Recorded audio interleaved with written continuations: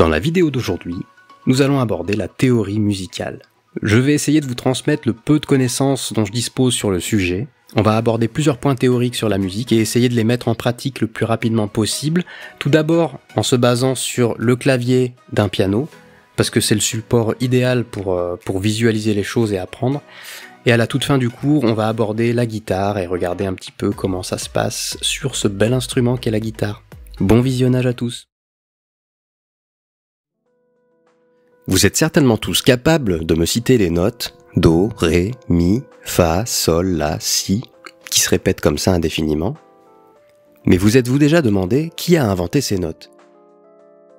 Pourquoi y en a-t-il pas plus ou moins? En somme, d'où proviennent ces notes?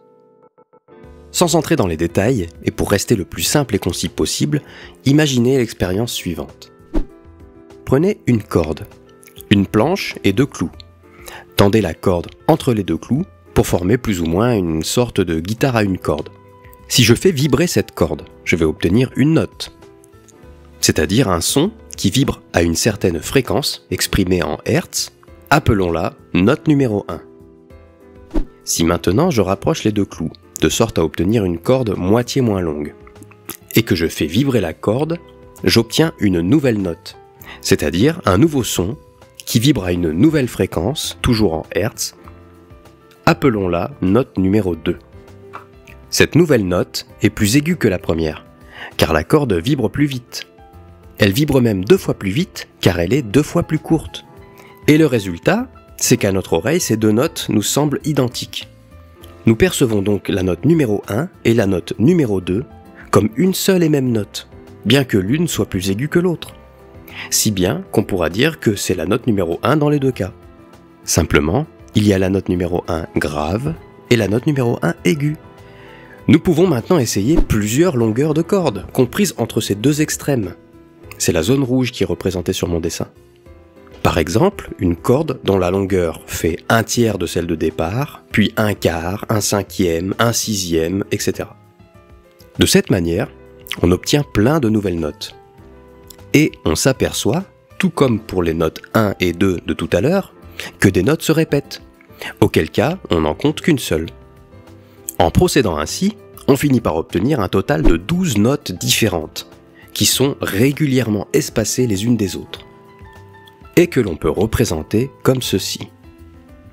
Alors je vous donne ici les fréquences en Hertz de chaque nouvelle note trouvée, c'est pas utile de le retenir, c'est simplement une indication, c'est le côté physique de la chose.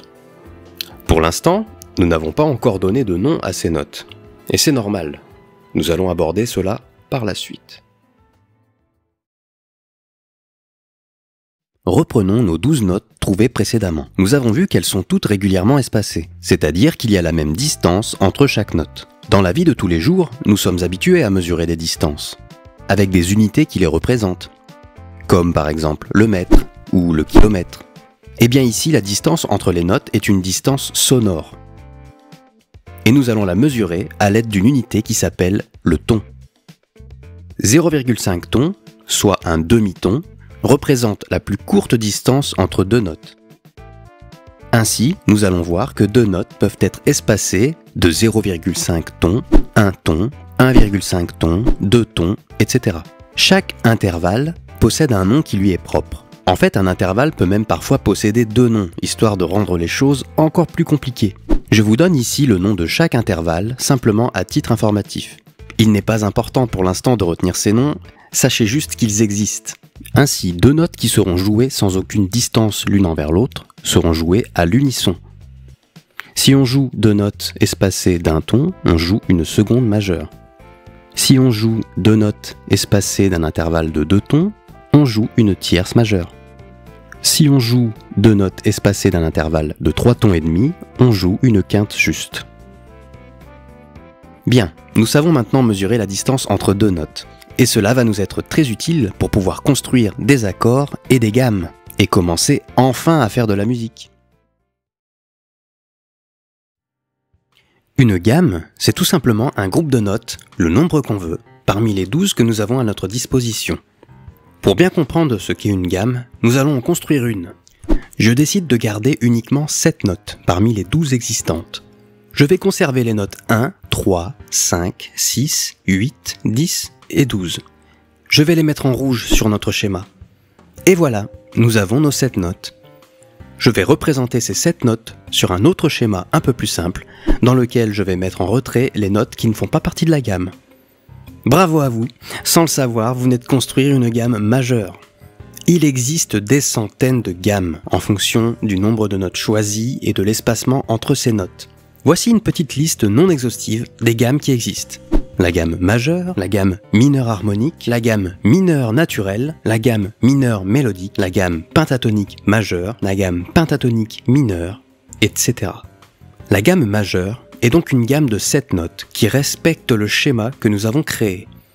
Appelons ça le plan de construction de la gamme.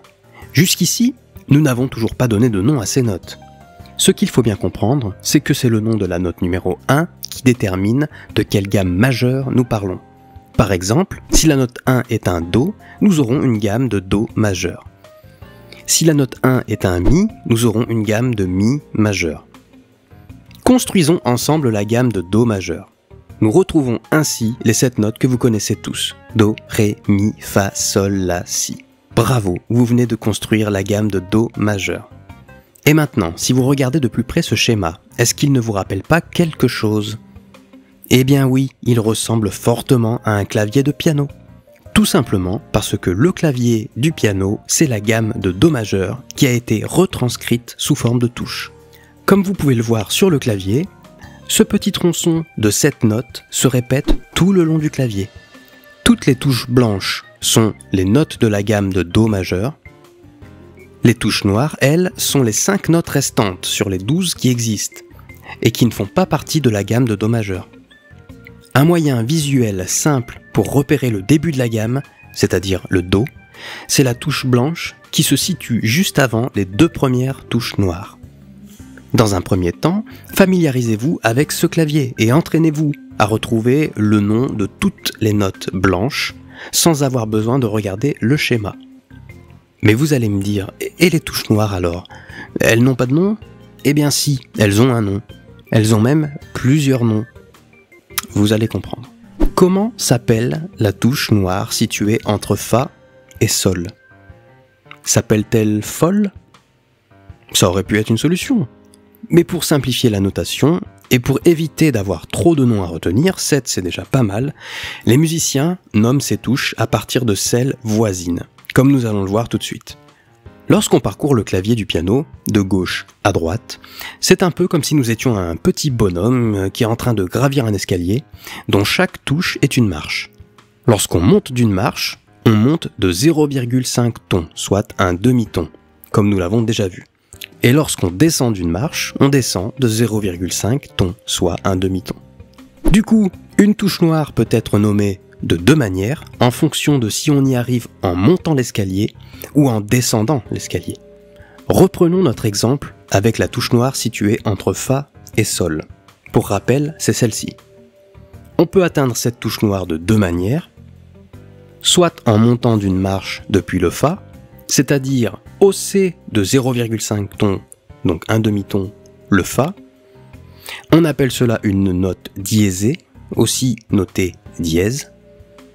Soit on atteint cette note en descendant d'une marche depuis le Sol, c'est-à-dire on abaisse le Sol d'un demi-ton, de 0,5 ton, et on appelle cela une note bémolisée, aussi notée bémol. Par exemple, voici pour la note de Sol, si on monte d'un demi-ton, on obtient un Sol dièse, qui est un demi-ton supérieur, donc une note supérieure, une touche supérieure, une marche supérieure au Sol.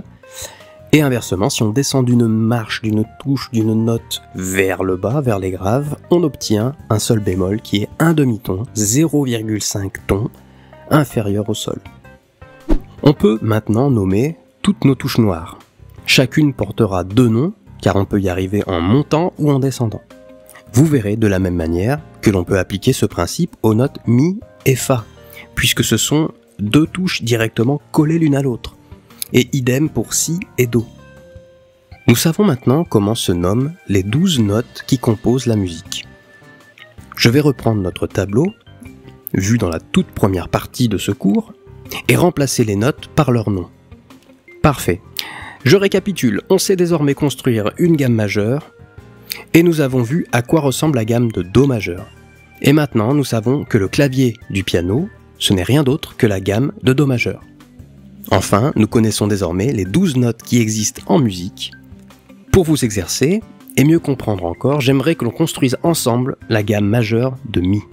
C'est une gamme majeure, donc elle doit respecter le plan de construction d'une gamme majeure que nous venons de voir.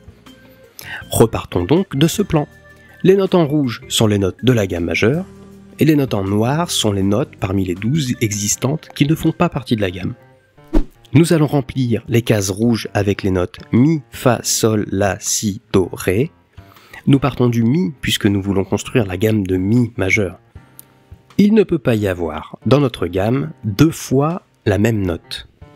Nous n'avons plus besoin de nous occuper des cases noires puisqu'elles ne font pas partie de la gamme. Cependant, vous voyez bien que ce schéma est faux. Si l'on se réfère à notre tableau qui recense les 12 notes de la musique, on voit bien qu'il n'y a pas un ton entre Mi et Fa, et il n'y a pas non plus 0,5 ton entre Sol et La.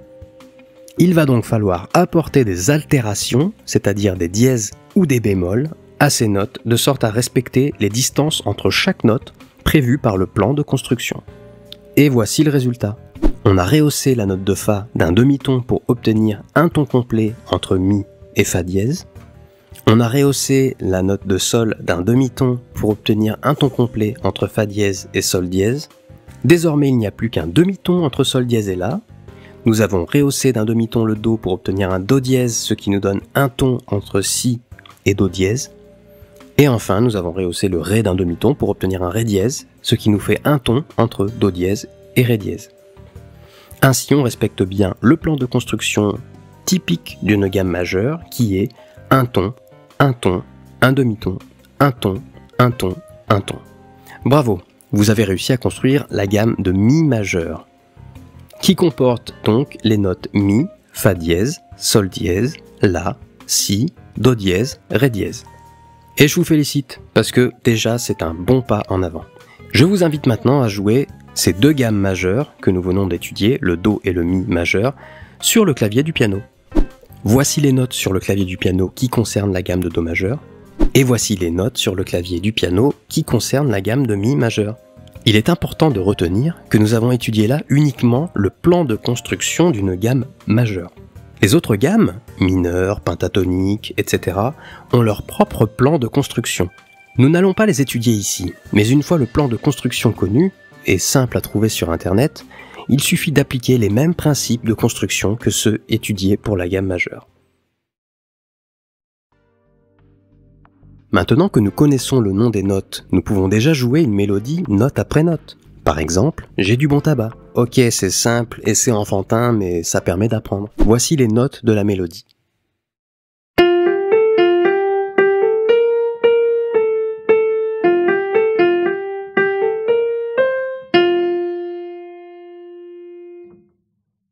Cependant, cela reste assez pauvre en termes de richesse musicale. Pour que la mélodie prenne du corps, nous allons jouer plusieurs notes en même temps. Mais attention, pas n'importe quelle note, sinon gare au désastre. Nous allons créer des accords. Un accord, c'est un ensemble de 3 notes ou plus que l'on joue simultanément. Pour rappel, si on joue uniquement 2 notes en même temps, ce n'est pas un accord, c'est un intervalle.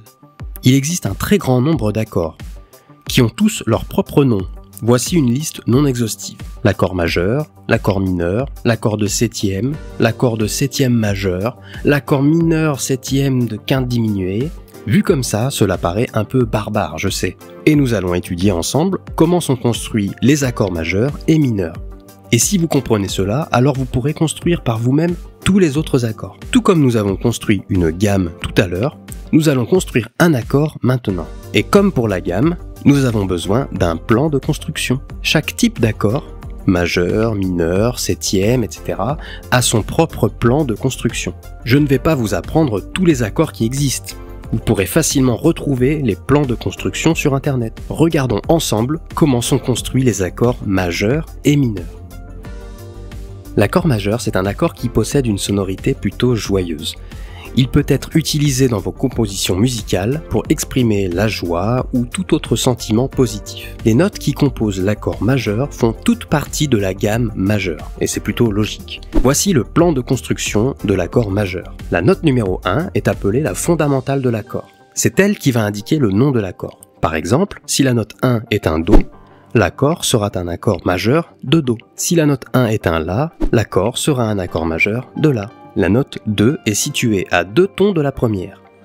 Si vous vous souvenez du chapitre sur les intervalles, un intervalle de 2 tons s'appelle une tierce majeure. La note 3 est située à 3,5 tons de la première. 2 tons entre la note 1 et 2, 1 ton et demi entre la note 2 et 3, ce qui fait un total de 3,5 tons. Si vous vous souvenez du chapitre sur les intervalles, un intervalle de 3,5 tons s'appelle une quinte juste. On peut donc dire qu'un accord majeur est composé d'une fondamentale, d'une tierce majeure et d'une quinte juste. Mais si c'est plus simple pour vous de ne retenir que le schéma, ça marche tout aussi bien. Alors maintenant que nous savons fabriquer un accord majeur, nous allons en construire quelques-uns pour s'exercer. Pour rappel, voici l'ensemble des 12 notes qui existent. Nous allons tout d'abord construire un accord majeur simple, celui de Do majeur. Si vous vous souvenez bien, nous avons appris à construire la gamme de Do majeur. Et nous savons qu'elle se compose de 7 notes. Les 7 notes suivantes, Do, Ré, Mi, Fa, Sol, La, Si. Je vais donc les surligner en jaune sur le schéma pour qu'elles soient bien plus lisibles. Maintenant, nous sommes prêts à construire notre gamme de Do majeur en suivant le plan de construction. La première note de l'accord, appelée la fondamentale, est donc le Do. Ouf, ça c'est facile, plus que 2 notes à trouver. La deuxième note de l'accord, la tierce majeure, est située 2 tons au-dessus du Do, ce qui nous donne, d'après le schéma, un Mi. La troisième note de l'accord, qui est appelée quinte juste, est située 3,5 tons au-dessus du Do, ce qui nous donne, d'après le schéma, un Sol. Nous avons donc 3 notes qui forment notre accord de Do majeur, le Do, le Mi et le Sol. Je vous invite à jouer ces 3 notes simultanément sur le clavier d'un piano.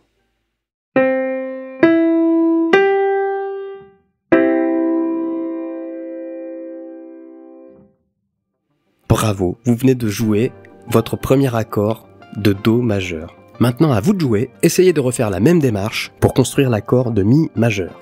Allez, on le fait ensemble. On repart toujours de nos 12 notes. Souvenez-vous du chapitre sur les gammes, nous avions déterminé que la gamme majeure de Mi était composée des 7 notes suivantes: Mi, Fa dièse, Sol dièse, La, Si, Do dièse, Ré dièse. Une fois encore, je les surligne en jaune sur le schéma pour les mettre en évidence. Nous pouvons donc construire notre accord de Mi majeur à partir de 3 notes. La première note de l'accord, la fondamentale, est donc le Mi cette fois-ci, puisqu'on fait un accord de Mi majeur. La deuxième note de l'accord, qui est appelée toujours tierce majeure, est toujours située à 2 tons au-dessus du Mi, et cette fois-ci ça nous donne un Sol dièse d'après le schéma. La troisième note de l'accord, qui est toujours appelée quinte juste et qui est toujours située 3,5 tons au-dessus du Mi, nous donne cette fois-ci un Si d'après le schéma. Vous allez me dire, oui c'est bien, mais pourquoi tu as choisi Sol dièse et pas La bémol? Et pourquoi tu as choisi Si et pas Do bémol? Très bonne question. À cette question, je répondrai 2 choses. Tout d'abord, peu importe si on l'appelle Sol dièse ou La bémol. Après tout, c'est la même touche du clavier. Donc, peu importe, de toute manière, ça ne changera rien à la touche que vous allez jouer. Donc ça ne changera absolument rien niveau sonore. C'est simplement un nom. Mais si vous vous posez cette question, vous méritez tout de même d'avoir quelques explications. Et la raison pour laquelle j'ai choisi ces notes-là, c'est parce qu'elles font partie de la gamme de Mi majeur. La bémol ne fait pas partie de la gamme de Mi majeur, et Do bémol non plus. Nous avons donc nos 3 notes qui forment notre accord de Mi majeur. Mi, Sol dièse, Si. Je vous invite à jouer ces 3 notes simultanément sur le clavier du piano.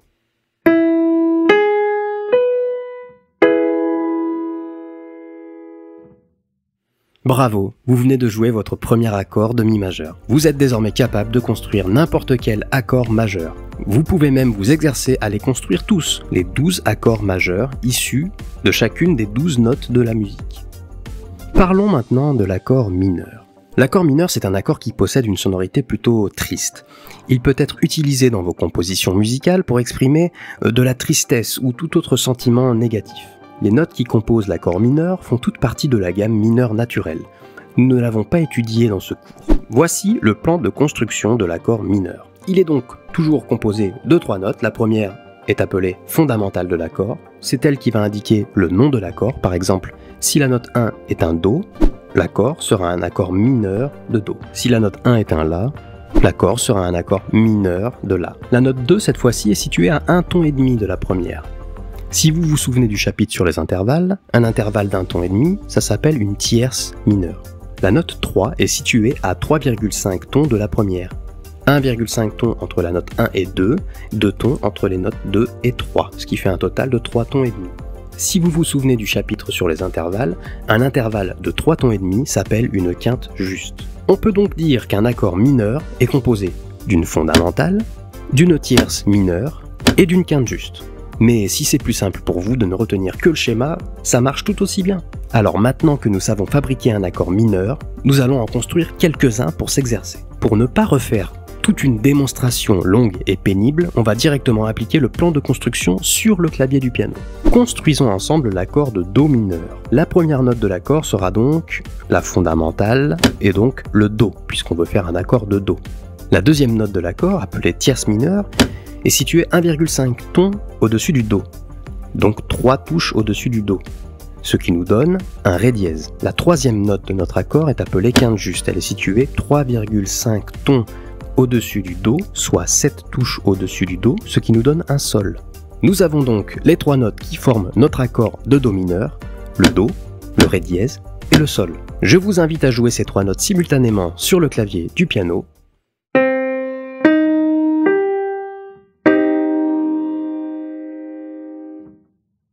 Bravo, vous venez de jouer votre premier accord de Do mineur. Construisons ensemble l'accord de Mi mineur. Il sera composé des 3 notes suivantes. La première note est appelée la fondamentale, c'est un Mi, puisqu'on veut construire un Mi mineur.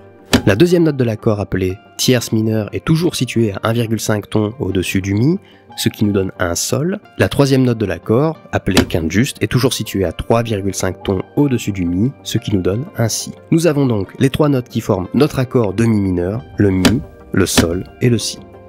Je vous invite à jouer ces 3 notes simultanément sur le clavier du piano.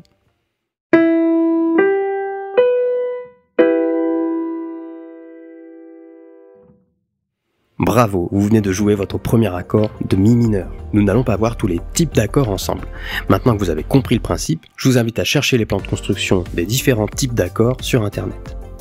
Vous avez peut-être remarqué qu'entre un accord majeur et un accord mineur, la seule note qui a bougé, c'est celle du milieu, la note numéro 2. En partant de l'accord majeur, il suffit d'abaisser cette note d'un demi-ton et nous obtenons l'accord mineur. Cette note est très importante. C'est un peu elle qui donne sa couleur à l'accord. Il faut voir cette note comme celle qui détermine, entre guillemets, le sexe de l'accord. Un accord sera mâle ou femelle en quelque sorte. Les accords que nous avons vus, je vous les ai présentés dans leur forme simple. Mais sachez que vous pouvez les trouver sur le clavier dans leur forme dite renversée. Je m'explique. L'accord de Do majeur, par exemple, comporte les notes Do, Mi, Sol. Du moment que l'on plaque ces 3 notes en même temps sur le clavier, on joue l'accord de Do majeur. Mais on peut très bien déplacer le Do, comme ceci, auquel cas c'est toujours un accord de Do majeur, puisque l'on joue toujours les mêmes notes, mais nous le jouons dans sa forme dite renversée. On débute l'accord sur la note numéro 2. De la même manière, on peut renverser une seconde fois notre accord et débuter par la note numéro 3. Dans ces 3 configurations, nous jouons toujours l'accord de Do majeur.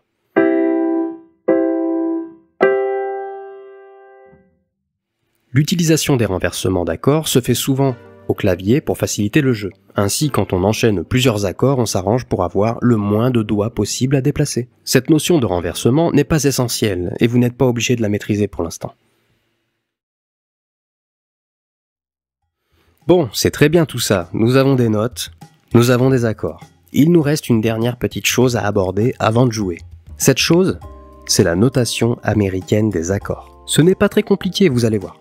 Avec un bon moyen mémotechnique, c'est même très facile. Cependant, il faut maîtriser cette notation sur le bout des doigts afin de pouvoir déchiffrer la plupart des partitions qui utiliseront cette notation. Alors, en quoi la notation américaine est-elle différente de la nôtre ? Eh bien, cette notation utilise des lettres de l'alphabet afin de remplacer nos traditionnelles notes Do, Ré, Mi, Fa, Sol, La, Si.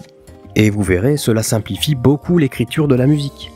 En fait, à chacune de nos notes correspond une lettre entre A et G. Il y a un moyen mémotechnique très simple permettant de retrouver cette correspondance avec la phrase suivante. Notre notation commence par la note Do Et celle des Américains, par où commence-t-elle?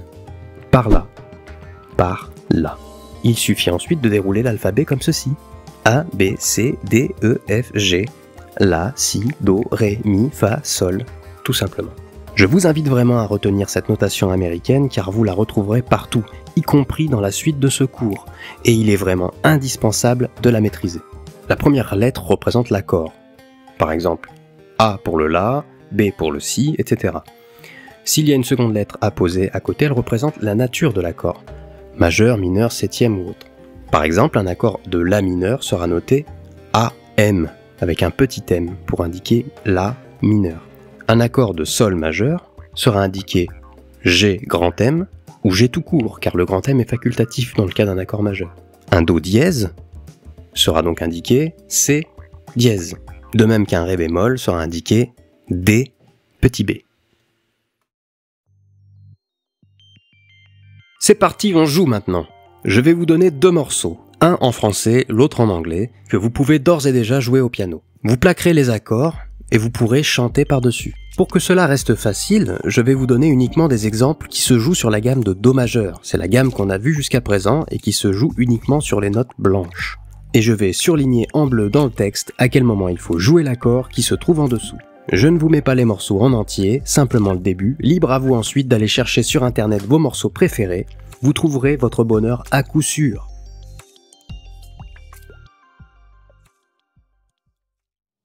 Je te promets le sel au baiser de ma bouche, je te promets le miel à ma main qui te touche, je te promets le ciel au-dessus de ta couche, des fleurs et des dentelles pour que tes nuits soient douces, je te promets la clé des secrets de mon âme, je te promets la vie de mes rires à mes larmes, je te promets le feu à la place des armes.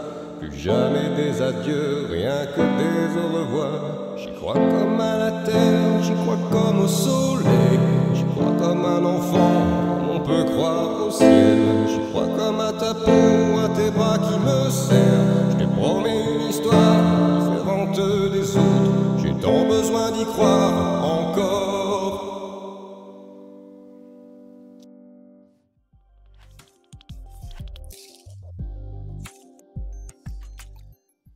When I find myself in times of trouble, Mother Mary comes to me, speaking words of wisdom, let it be. And in my house of darkness, she is standing right in front of me, speaking words of wisdom, let it be. Let it be, let it be, let it be, let it be. Whisper words of wisdom, let it be.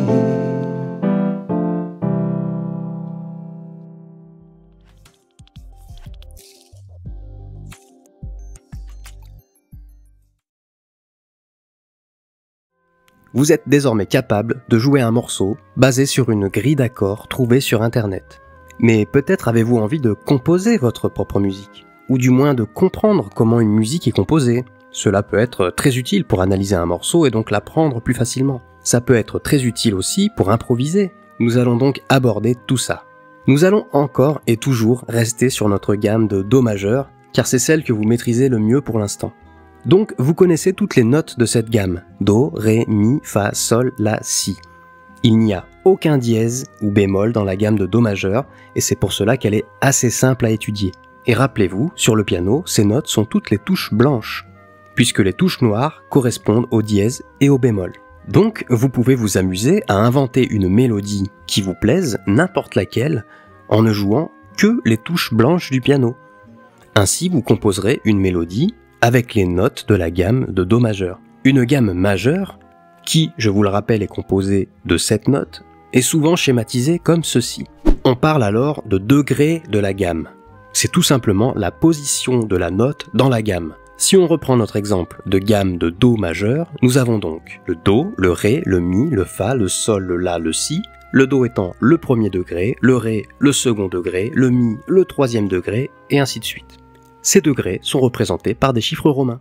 Nous allons apprendre ensemble à harmoniser une gamme, c'est-à-dire à trouver pour chaque note, chaque degré de la gamme, un accord qui lui corresponde. Pour cela, c'est très simple. Nous allons prendre une note sur deux dans la gamme. Commençons donc par l'accord issu du premier degré, issu du Do dans notre cas. En prenant une note sur deux, nous obtenons Do, Mi, Sol. Premier degré, troisième degré, cinquième degré. Et si vous vous souvenez bien, nous avons déjà vu cet accord plus tôt dans ce cours. C'est l'accord de Do majeur, car il respecte le plan de construction d'un accord majeur, et qu'il commence par Do. Vous pouvez reprendre le plan de construction d'un accord majeur au début de ce cours et vérifier par vous-même. C'est même un excellent exercice. Pour rappel, dans ce plan de construction, il y a 2 tons entre le Do et le Mi, et 3 tons et demi entre le Do et le Sol. On poursuit en cherchant l'accord issu du second degré, issu du Ré dans notre cas. En prenant une note sur deux, nous obtenons Ré, Fa, La, second degré, quatrième degré, sixième degré. Nous voici cette fois-ci en présence de 3 notes qui forment un accord mineur. Je vous renvoie là aussi au début du cours dans lequel j'ai décrit le plan de construction d'un accord mineur, c'est-à-dire 1 ton et demi entre Ré et Fa, 3 tons et demi entre Ré et La. On continue ainsi avec les degrés 3, 4, 5, 6 et 7 de la gamme, et pour chaque degré, on obtient un accord qui lui correspond, qui est soit un accord majeur, soit un accord mineur, et pour l'accord issu du 7e degré, issu du Si dans notre cas, c'est un accord que nous n'avons pas étudié ici, c'est un accord de quinte diminuée. Cela veut dire simplement qu'il suit un autre plan de construction que nous n'avons pas étudié dans ce cours, mais que vous pourrez retrouver facilement sur Internet. Le plan de construction d'un accord de quinte diminuée. Mais cela ne doit pas vous empêcher d'avancer, ce n'est pas primordial. Voici donc comment procéder pour trouver tous les accords qui permettent d'harmoniser une gamme. Ainsi, sur une gamme de Do majeur, vous pouvez jouer les accords Do majeur, Ré mineur, Mi mineur, Fa majeur, Sol majeur, La mineur et Si quinte diminuée. Je vous invite à jouer ces accords sur le clavier du piano. Vous verrez que c'est très simple avec la gamme de Do majeur puisqu'il suffit de jouer une note blanche sur deux. Ce qu'il faut bien comprendre, c'est que vous pouvez maintenant composer votre musique en piochant les accords qui vous plaisent dans cette liste, et les jouer dans l'ordre qui vous plaît. Ensuite, par-dessus, vous pourrez jouer toutes les notes de la gamme de Do majeur. Dans notre cas, toutes les touches blanches du piano. Ça sonnera toujours bien, car vous ne pouvez pas faire de fausses notes. Attention, quand on dit qu'une note sonne bien, ça ne veut pas forcément dire qu'elle sonne agréablement à notre oreille. Il y a des notes qui vont apporter une dissonance, c'est-à-dire une certaine tension à l'oreille, mais c'est justement là qu'est tout l'intérêt de la musique. Si tout était monotone, la musique serait terriblement ennuyeuse. Il existe bien sûr dans la musique des enchaînements d'accords très courants et très utilisés. C'est notamment le cas dans le blues, qui est une musique très codifiée. Vous pouvez très facilement jouer un blues avec des inconnus, même si vous n'avez jamais répété ensemble. Pourquoi ? Parce qu'un blues respecte une grille d'accords bien précise, qui est la suivante. Le blues se déroule en 4 temps. On joue d'abord 4 fois le premier degré de la gamme, puis le 4e degré 2 fois, puis le premier degré à nouveau 2 fois, puis le 5e degré, suivi du 4e degré, suivi du premier degré, et on termine par le 5e degré. Donc si on veut faire un blues en Do majeur par exemple, maintenant qu'on connaît chaque accord associé à chaque degré, il n'y a plus qu'à les remplacer dans ce tableau. On obtient ainsi la grille d'accords suivante.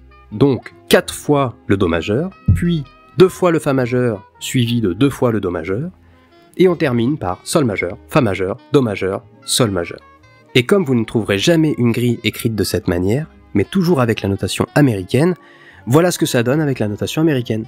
C, C, C, C, F, F, C, C, G, F, C, G. Je vous invite à jouer cette grille de blues au piano.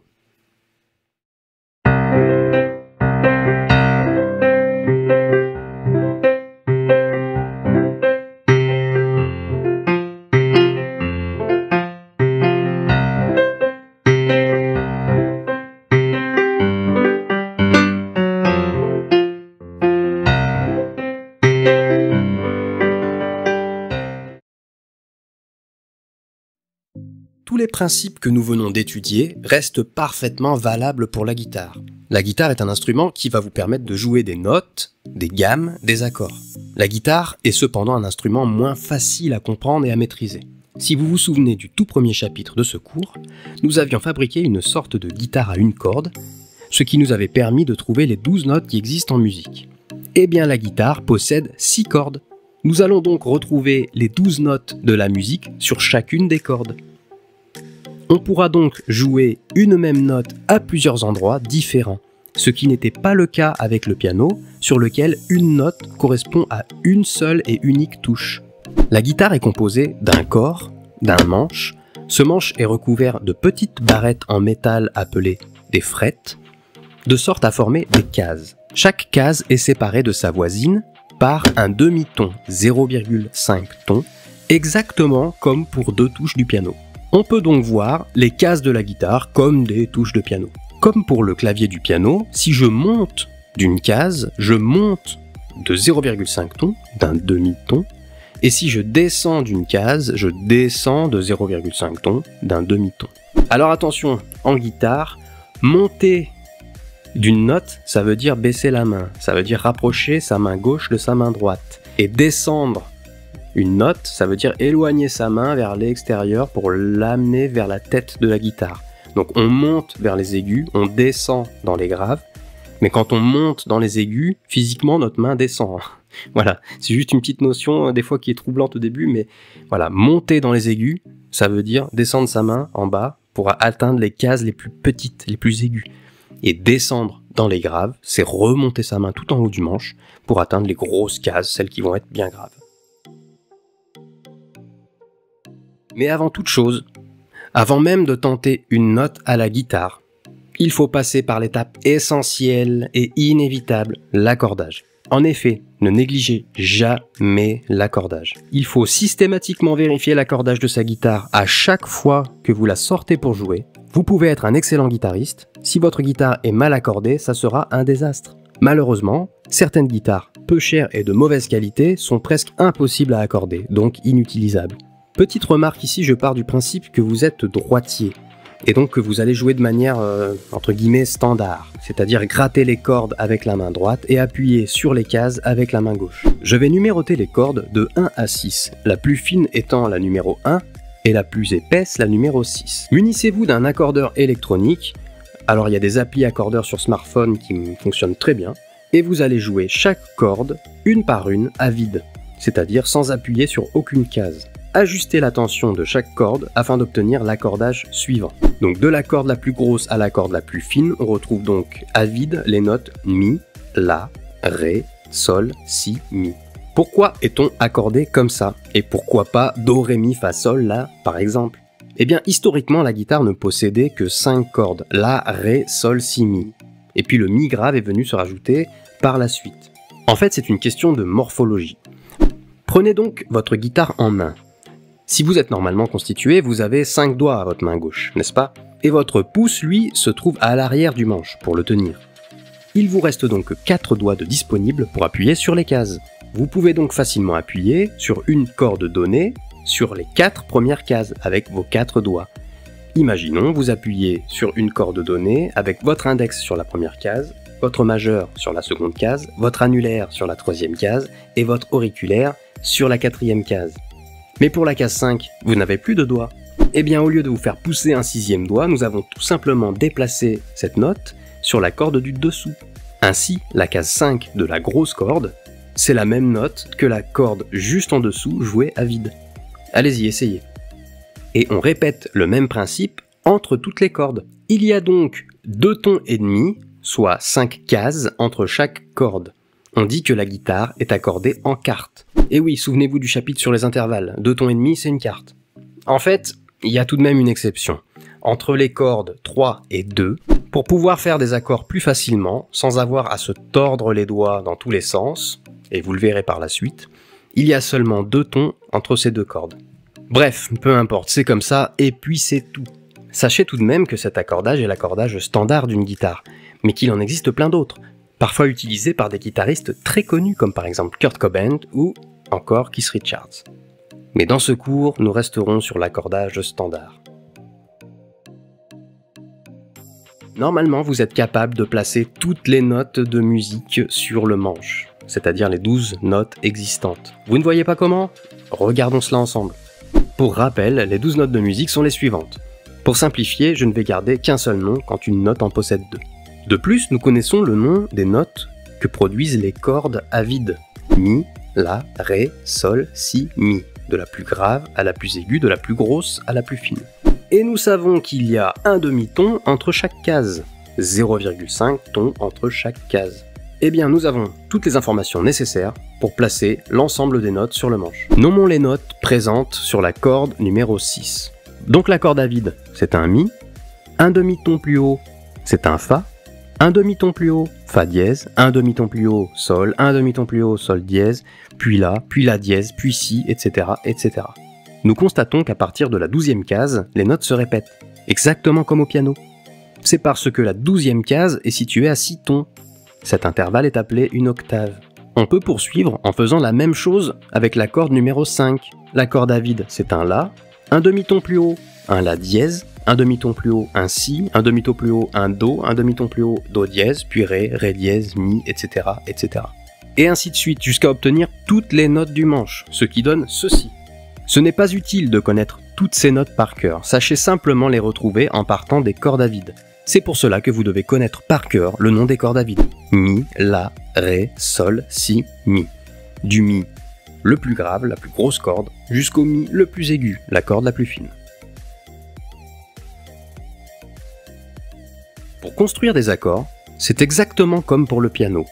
Les plans de construction des accords sont les mêmes. Une fois les notes de l'accord trouvées grâce au plan de construction, il suffit de les repérer sur le manche et de les jouer. Par exemple, l'accord de Do majeur. Nous avions vu qu'il est composé des notes Do, Mi, Sol. On va maintenant chercher, sur chaque corde, une de ces trois notes, si possible proches les unes des autres pour pouvoir facilement les jouer. Voilà ce que ça donne. Félicitations, vous venez de découvrir comment jouer l'accord de Do majeur à la guitare. Comme vous le constatez, quand on joue un accord à la guitare, plusieurs notes se répètent. En effet, l'accord ne contient que 3 notes et nous jouons 6 cordes. Généralement, vous trouverez les accords représentés sous cette forme. C'est la même chose, simplement le manche est représenté de manière verticale et non horizontale. Remarquez bien que c'est la notation américaine qui est utilisée. Donc le Do est noté C.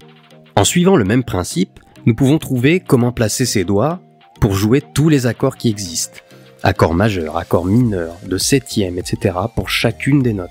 La particularité de la guitare, comme nous l'avons vu, c'est que les notes se répètent à différents endroits du manche. Donc l'accord de Do majeur peut être joué à différents endroits du manche. Ici, nous avons vu la manière de jouer le Do majeur en laissant certaines cordes sonner à vide. Cette façon de faire un accord en laissant des cordes à vide, ça s'appelle un accord ouvert. Il y a une autre manière de jouer un accord en appuyant sur les 6 cordes à la fois, et cela, ça s'appelle un accord barré. Par exemple, le Do barré peut se jouer ici. On appelle cela un accord barré, car si vous positionnez vos doigts pour le jouer, vous verrez que votre index forme un barrage à la 8e case.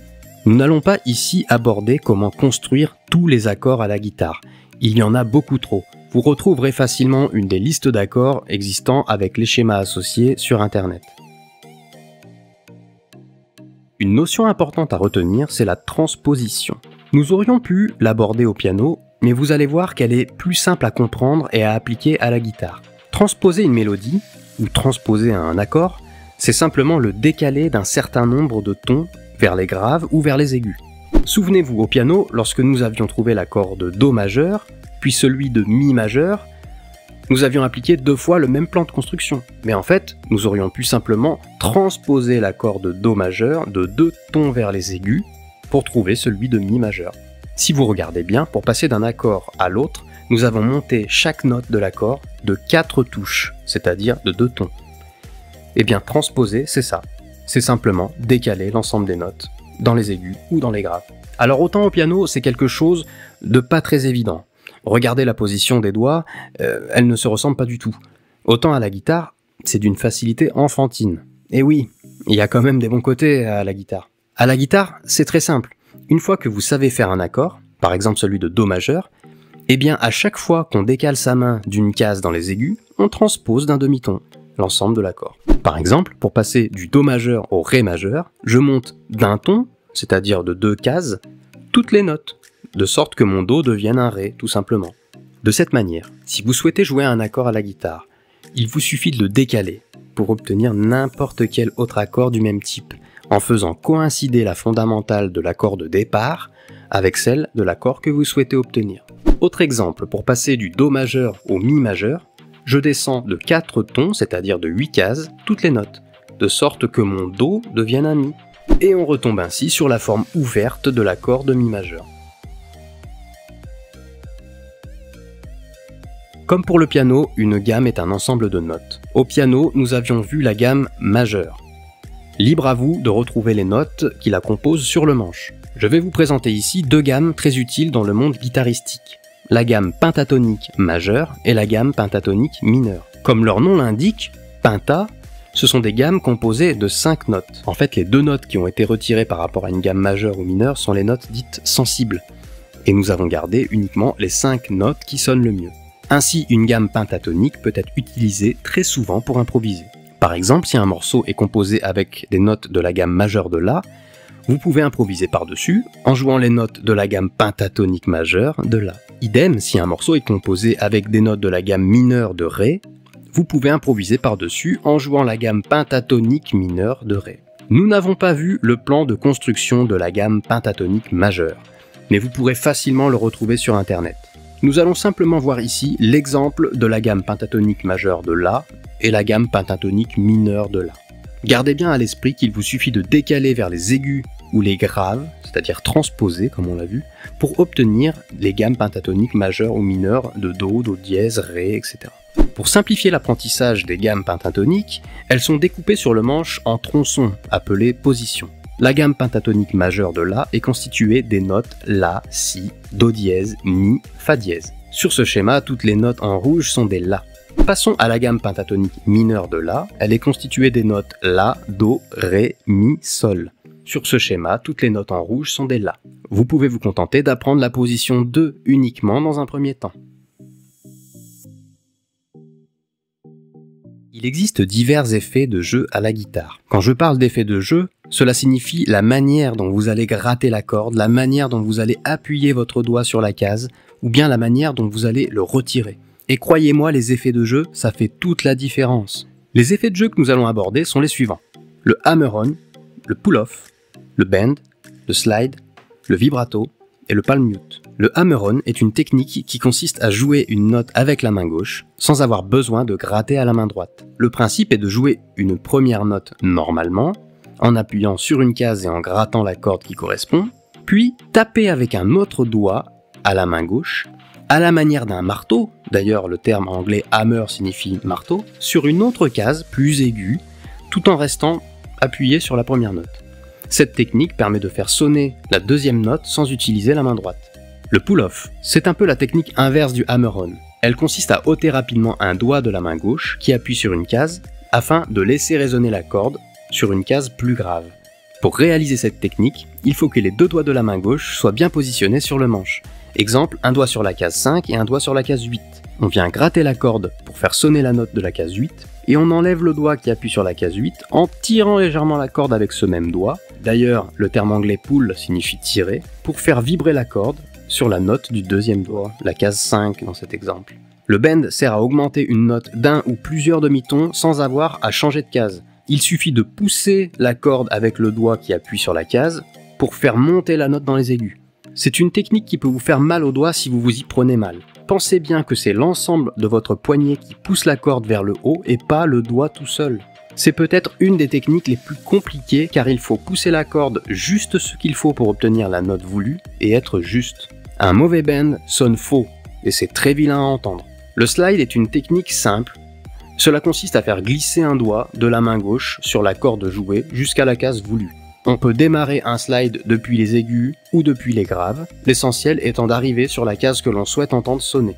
Vous pouvez slider de manière rapide ou lente en partant d'une case très éloignée de votre case d'arrivée ou au contraire d'une case toute proche. Le vibrato consiste à faire vibrer une note. Pour cela, on joue une note normalement en appuyant sur une case avec un doigt de la main gauche et en grattant la corde qui correspond. Puis, pendant que la note sonne, on fait vibrer le doigt de la main gauche tout en restant bien appuyé et vous verrez, la note va vibrer également. Le palm mute, c'est une technique que moi j'aime tout particulièrement et qui consiste à poser la paume de la main droite un peu sur les cordes au niveau du chevalet. Ainsi, on étouffe un peu les cordes, ce qui les empêche de résonner et donne un très bel effet. Et bien maintenant, je vous invite à reprendre le blues que nous avions vu au piano et le jouer à la guitare. Je vous remets ici la grille ainsi que les accords en images. Vous pouvez aussi reprendre les morceaux vus un peu plus tôt dans ce cours dans la partie piano, donc Je te promets de Johnny Hallyday, Let It Be, etc.